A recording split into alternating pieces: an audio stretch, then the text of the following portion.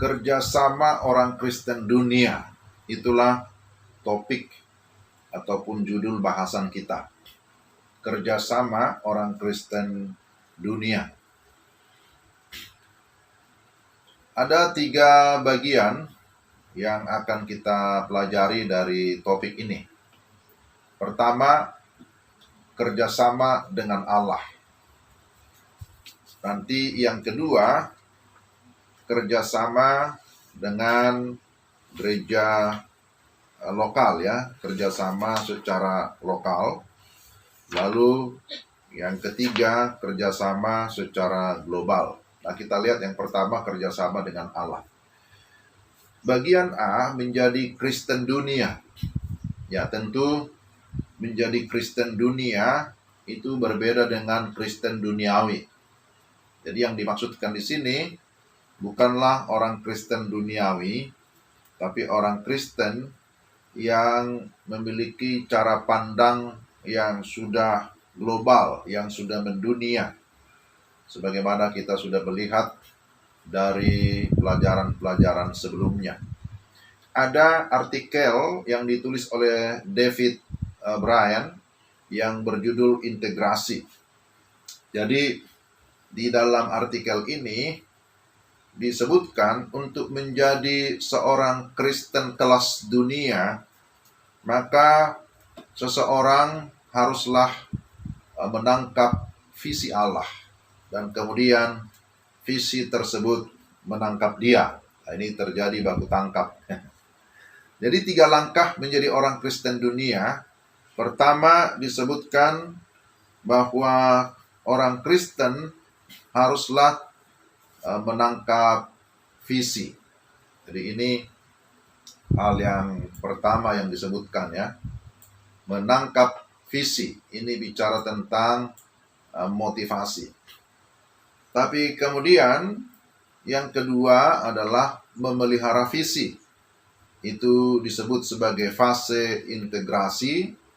Dan yang ketiga, mentaati visi. Itu disebut sebagai spesialisasi. Jadi inilah 3 langkah menjadi orang Kristen dunia, menjadi orang Kristen kelas dunia. Jadi orang Kristen menangkap visi ya, apa yang Tuhan taruh di dalam hatinya. Ya, sama ketika kita membaca kitab Nehemia, ada sesuatu yang Tuhan taruh di dalam hati Nehemia untuk dikerjakan. Nah, itu adalah satu visi ya. Jadi ini pertama, bisa menangkap visi, lalu kemudian dia akan memelihara visi itu yang disebut integrasi. Saya mengambil visi itu dan saya mulai mengerjakannya dalam perjalanan hidup saya sehari-hari bersama dengan Tuhan. Jadi setelah itulah baru bisa menaati visi. Jadi pastikan dikatakan langkah kedua tidak terlewatkan. 3 hal ini ya, kita sekali lagi melihat ada menangkap visi, memelihara visi, lalu menaati visi. Lalu yang berikutnya, bagian B, berkaitan dengan perjalanan Kristen dunia. Artikel yang ditulis oleh Hickman dan teman-temannya berjudul Mengikuti Allah pada Misi. Bahwa perjalanan seorang Kristen, perjalanan kehidupan kita itu adalah perjalanan dalam mengikuti Allah di dalam misinya. Bahwa Tuhan memberikan kita bukan sebatas peta ya, tetapi Dia memberikan kompas. Ya, sekali lagi Tuhan memberikan kompas. Tuhan memberikan arah kepada kita, mengarahkan hidup kita agar mengikuti apa yang merupakan kehendak Tuhan. Dalam perjalanan Kristen dunia, maka ada praktek-praktek yang harus dilewati, atau bagian-bagian yang harus kita kerjakan di dalam perjalanan mengikut Tuhan. Pertama, praktek pergi. Ya, pergi ya. Bahwa ada orang-orang yang memang diutus untuk pergi. Pergi secara lintas budaya. Karena kita sedang berbicara kelas misi lintas budaya ya. Ada yang pergi ke sesama budaya ya. Misi biasa ya. Jadi ini peran yang pertama atau praktek yang pertama yang bisa kita lakukan dalam perjalanan mengikut Tuhan. Kita pergi mau memberitakan atau mewartakan Injil Kristus kepada orang-orang baik sesama budaya maupun dengan budaya yang berbeda. Lalu yang kedua, praktek penyambut. Ya, penyambut ya. Bagaimana membangun hubungan dengan mereka yang datang kepada kita. Membangun komunikasi yang baik, menyambut orang-orang yang datang kepada kita. Ya, baik kemarin kita singgung yang datang sebagai imigran, yang datang sebagai urban, yang datang di sekitar kita, yang ada di lingkungan kita. Maka kita harus berperan sebagai penyambut yang baik, menyambut orang-orang dengan keramahan, dengan sukacita, ya, dengan sopan santun, dan lain sebagainya. Praktek berikutnya adalah pengutus. Sebagai pengutus, apa yang bisa dilakukan? Pertama, tentu dalam doa. Mendoakan baik orang-orang yang diutus maupun orang-orang yang akan dilayani. Kemarin kita sudah singgung bahwa doa menghubungkan kita pertama tentu kepada Tuhan, tapi juga menghubungkan kita dengan orang-orang yang akan dijangkau, yang akan dilayani. Selain doa, kita juga bisa memberikan dukungan materi, memberikan dukungan dana. Sebagaimana kemarin disebut, ada benih untuk ditabur. Nah, ini yang bisa dilakukan sebagai pengutus, mendukung dalam doa, tapi juga mendukung dalam dana. Lalu, ada yang disebut sebagai mobilisasi atau mobilisator. Bahwa ada orang-orang yang terus ya membunyikan trompet, ya ibaratnya membunyikan trompet, memberikan peringatan, terus menggerakkan, memotivasi orang-orang untuk mau bermisi. Memberikan kursus-kursus, memberikan pelatihan, memberikan pengajaran, khotbah-khotbah misi untuk orang lain atau seseorang bisa menangkap visi dari Tuhan. Sehingga ada kegerakan misi di dalam hatinya, ada hasrat misi, ada semangat untuk memberitakan Injil kepada orang-orang lain. Nah, ini adalah fungsi daripada mobilisator. Jadi inilah beberapa praktek yang bisa kita lakukan atau peran-peran yang bisa kita ambil di dalam misi sedunia, menjadi orang Kristen dunia. Jadi ada yang pergi, ada penyambut, ada pengutus, dan ada mobilisator. Nah, seperti yang sekarang ini saya lakukan sebagai pengajar, nah ini namanya mobilisator. Memberikan pengajaran atau memfasilitasi, karena sebagai fasilitator, bagaimana pemahaman tentang misi.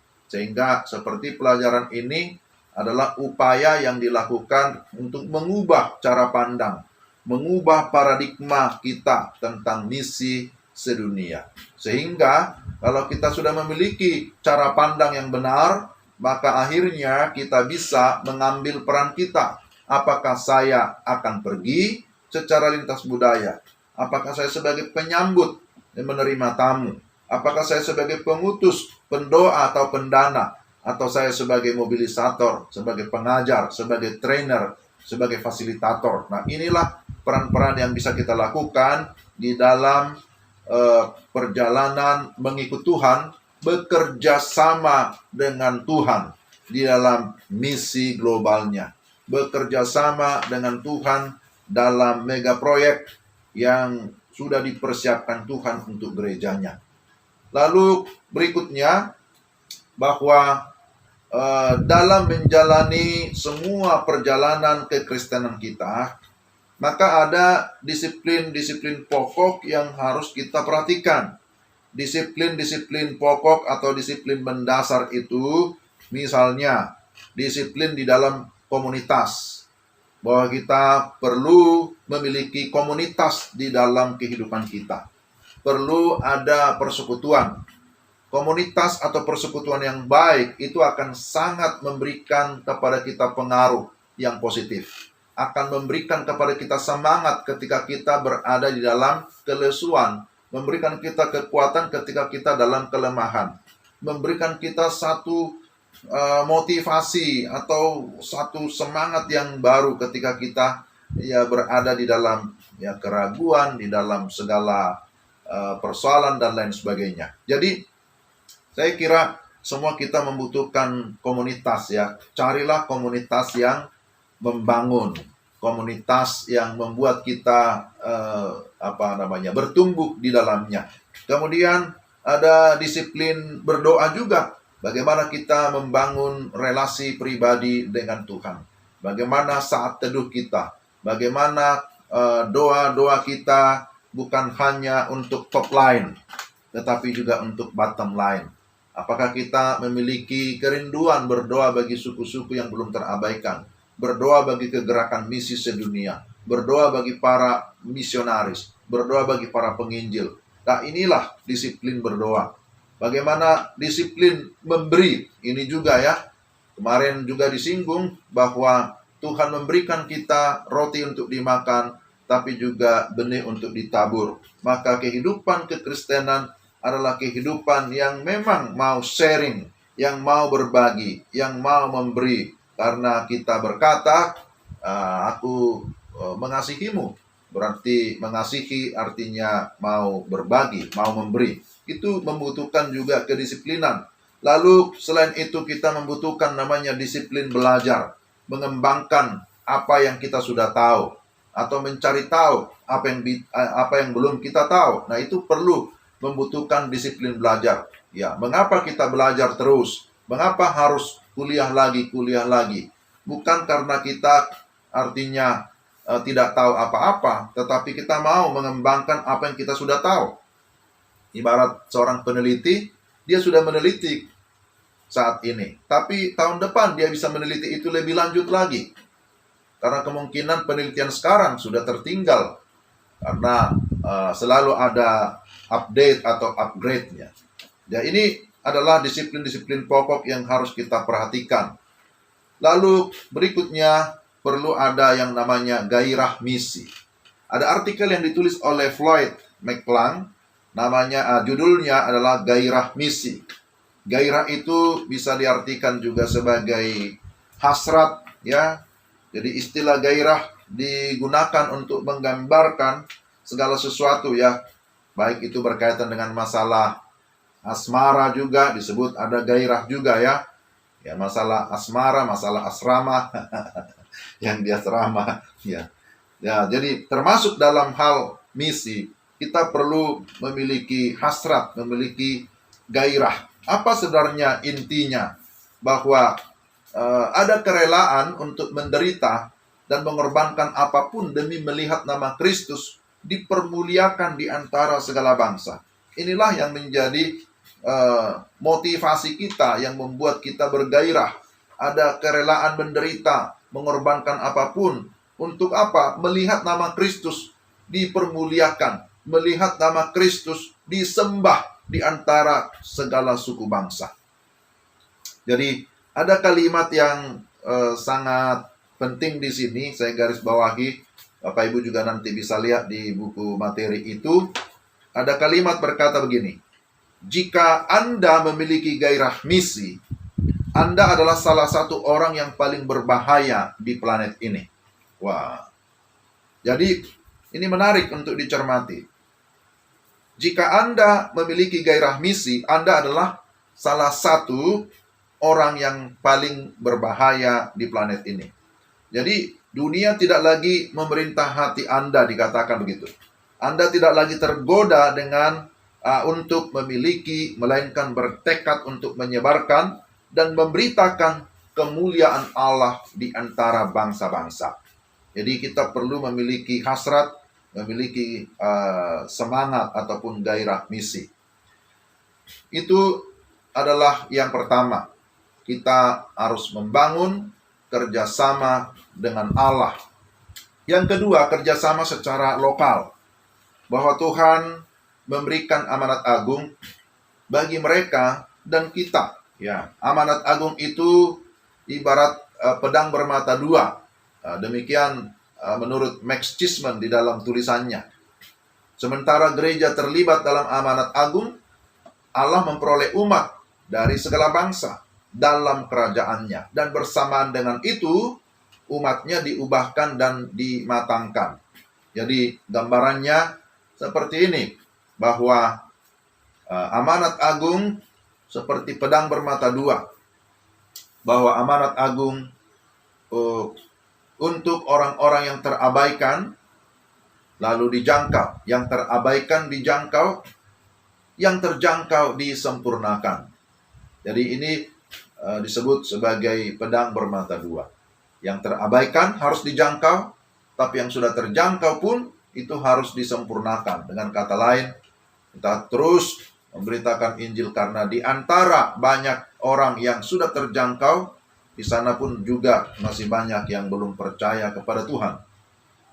Ya, jadi menjadi gereja amanat agung, gereja Alkitabiah yang sejati, yang ditulis oleh Patrick Johnstone, menyatakan bahwa gereja haruslah menjadikan hati Allah bagi dunia yang terhilang sebagai pokok inti agenda pelayanannya. Maka itu disebut sebagai gereja amanat agung. Artinya gereja yang memprioritaskan amanat agung sebagai agenda pelayanan utama. Jadi gereja yang sejati haruslah menjadikan amanat agung sebagai agenda utama. Bahkan ada pendapat yang berkata, gereja yang hidup adalah gereja yang bermisi. Karena memang gereja ada karena misi, maka gereja ada untuk misi. Nah, ini ada hal yang perlu kita cermati di dalam Lukas 24 ayat 47. Seringkali orang memisahkan ayat ini, ya, pemisahan antara doktrin keselamatan dan misi dalam teologi kita. Dalam bagian A dikatakan di sana ada tertulis Mesias harus menderita dan bangkit dari antara orang mati pada hari yang ketiga. Ini bicara tentang doktrin keselamatan, bahwa melalui penderitaan, kematian, dan kebangkitan Yesus, maka di sana ada jaminan kemenangan, ada kepastian keselamatan. Tapi kemudian selanjutnya disambung dengan, dan dalam namanya berita tentang pertobatan dan pengampunan dosa harus disampaikan kepada segala bangsa, mulai dari Yerusalem. Jadi sebenarnya ayat-ayat ini tidak dipisahkan, bukanlah menjadi dua bagian yang terpisah, tetapi sesungguhnya ini menjadi satu kesatuan. Jadi ketika kita memahami tentang doktrin keselamatan, memiliki kepastian keselamatan, maka jangan lupa kita juga dipanggil untuk menjadi alat keselamatan. Jadi kita memiliki namanya panggilan rangkap, panggilan ganda. Dipanggil untuk diselamatkan dan dipanggil untuk menjadi alat keselamatan. Sama prinsipnya seperti yang disampaikan kepada Abraham. Diberkati untuk menjadi berkat. Ketika kita sudah memahami doktrin keselamatan, jangan lupa bahwa doktrin keselamatan itu juga harus diberitakan menjadi doktrin misi, ya. Jadi dua hal ini haruslah berjalan bersama-sama. Jadi kalau kita lihat konteksnya, dalam Lukas 24 itu sebenarnya Yesus sedang membuka pikiran murid-muridnya, membuka pikiran orang-orang yang sedang berjalan bersama dengan dia, supaya memahami benar bahwa berita tentang Mesias itu adalah berita tentang keselamatan, berita kemenangan, tapi tidak berhenti sampai di situ. Bahwa saya sudah diselamatkan, maka sudah terima kasih, saya bersyukur. Tapi selanjutnya ada kata dan dalam namanya, ya artinya belum stop sebenarnya ya, belum titik. Karena disebutkan di situ, dan dalam namanya berita tentang pertobatan dan pengampunan dosa harus disampaikan. Disampaikan kemana? Ke segala bangsa, mulai dari Yerusalem. Nah, saya harap ini menjadi jelas bagi kita. Jadi berikutnya, bicara tentang kerjasama secara lokal, maka perlu ada kerjasama atau kemitraan antara gereja-gereja dan organisasi-organisasi. Ada contoh studi kasus di Filipina Selatan di mana gereja-gereja dan organisasi-organisasi bekerja bersama secara lokal untuk menjangkau 3 kelompok suku terabaikan yang ada di Filipina Selatan. Jadi inilah kemitraan, inilah kerjasama lokal yang bisa dilakukan antara gereja-gereja dengan organisasi atau lembaga-lembaga lainnya. Baik itu lembaga misi maupun lembaga non-misi, organisasi-organisasi kemasyarakatan. Nah, itu bisa menjadi mitra bagi gereja dalam pelaksanaan pelayanan, dalam pelaksanaan amanat agung. Nah, tentang studi kasus di Filipina Selatan, Bapak Ibu bisa membacanya di dalam buku materi kita. Ya. Kemudian ada langkah-langkah praktis ya, saran-saran yang diberikan agar gereja lokal bisa menjadi gereja amanat agung. Langkah-langkah praktis itu misalnya sebuah gereja bisa membentuk tim misi ya. Ya, ada pembentukan tim misi atau ada istilah sekarang tim member care ya di dalam gereja. Kemudian saran-saran berikutnya bisa memasukkan misi sebagai bagian dari program gereja. Ya, program pemuridan gereja juga perlu dibuat ya. Diskusikanlah cara-cara di mana gereja dapat memainkan peran. Ya, tadi kan sudah ada peran-peran yang kita lihat sebelumnya. Ada peran yang pergi, ada penyambut, ada pengutus, ada mobilisator. Kira-kira di dalam peran-peran itu apa yang bisa dilakukan? Dan itu perlu didiskusikan di tengah-tengah jemaat antara pemimpin dan juga perlu di-share kepada anggota jemaat. Mendorong jemaat juga untuk berdoa secara teratur untuk kelompok-kelompok suku, ya, berdoa untuk para misionaris, berdoa untuk jendela 1040, ya, dan macam-macam ya yang bisa dilakukan, langkah-langkah praktis dalam membangun kerjasama secara lokal. Lalu yang berikutnya, yang terakhir, kerjasama secara global. Ada artikel yang ditulis oleh Philip Butler, ampuhnya kemitraan. Jadi ternyata bermitra itu sangat luar biasa ya. Kerjasama secara global itu sangat diharapkan dalam penuntasan amanat agung. Bahwa kita tidak mungkin bisa jalan sendiri, tapi membutuhkan tim, membutuhkan kerjasama secara global. Ya, apa ampuhnya kemitraan? Apa kekuatan kemitraan? Ada 5 manfaat luar biasa bagi umat Allah untuk bekerja sama dalam kemitraan. Ya, apa saja itu di dalam buku materi Bapak Ibu bisa lihat di sana. Pertama dikatakan bahwa kemitraan itu sebenarnya alkitabiah ya. Jadi itu diberitahu bahwa kemitraan itu alkitabiah sehingga memang ya pantas atau layak untuk dilakukan. Bahwa kitab suci memanggil orang percaya, Alkitab menyatakan bahwa orang percaya harus bekerja sama di dalam kesatuan ya. Harus saling menolong, bertolong-tolonganlah menanggung beban. Itu juga ada ayatnya ya.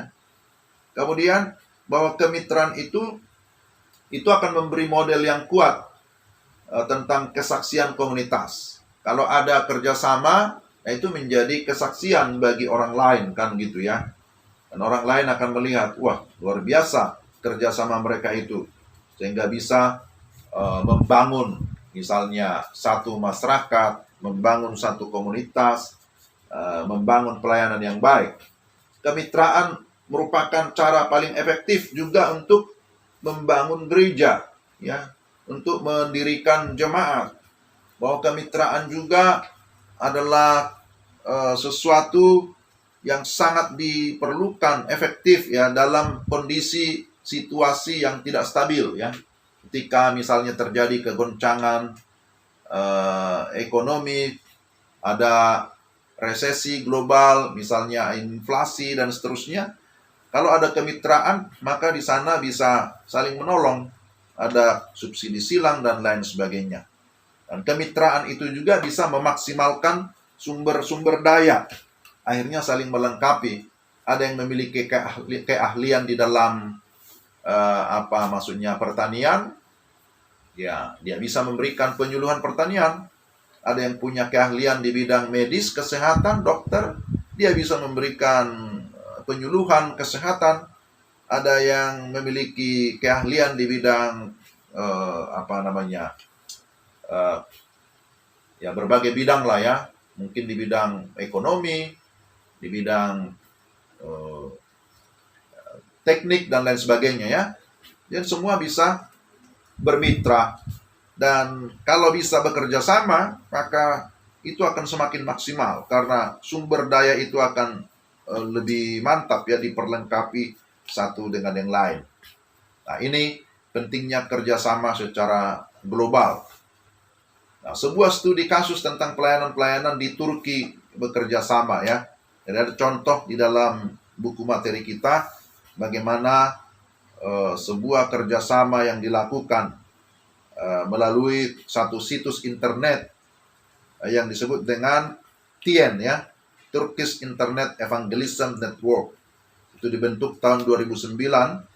Kemudian ketika 46 orang dari 20 organisasi bertemu, ya mereka bertemu pertama kali, dan kemudian mereka mencetuskan ya melalui jaringan internet global untuk bisa membagikan Injil dalam bahasa Turki. Ya, dan bisa menyajikan Injil secara kreatif yang cocok dengan budaya dan kelompok sosial yang ada di sana. Nah, itu luar biasa ya. Jadi kerjasama secara global itu, apalagi di dunia yang sudah serba digital sekarang, ya membentuk kerjasama mungkin lebih ada kemudahan-kemudahan yang bisa dilakukan. Karena tidak lagi harus ketemu langsung ya. Sekarang sudah ada Zoom seperti ini. Sudah ada Google Meet, ya macam-macam. Sudah bisa WA dari sini ke Amerika, sehingga membangun relasi kerjasama antar pulau, antar negara, antar perusahaan, antar gereja, antar lembaga itu dimungkinkan atau dipermudah ya dengan kecanggihan alat-alat teknologi komunikasi sekarang ini. Jadi inilah yang kita lihat ya, bahwa kerjasama secara global itu begitu ampuh, begitu kuat. Jadi kita sudah lihat bagaimana menjadi orang Kristen kelas dunia harus ada kerjasama dengan Allah pertama-tama, kerjasama secara lokal, dan kerjasama secara global.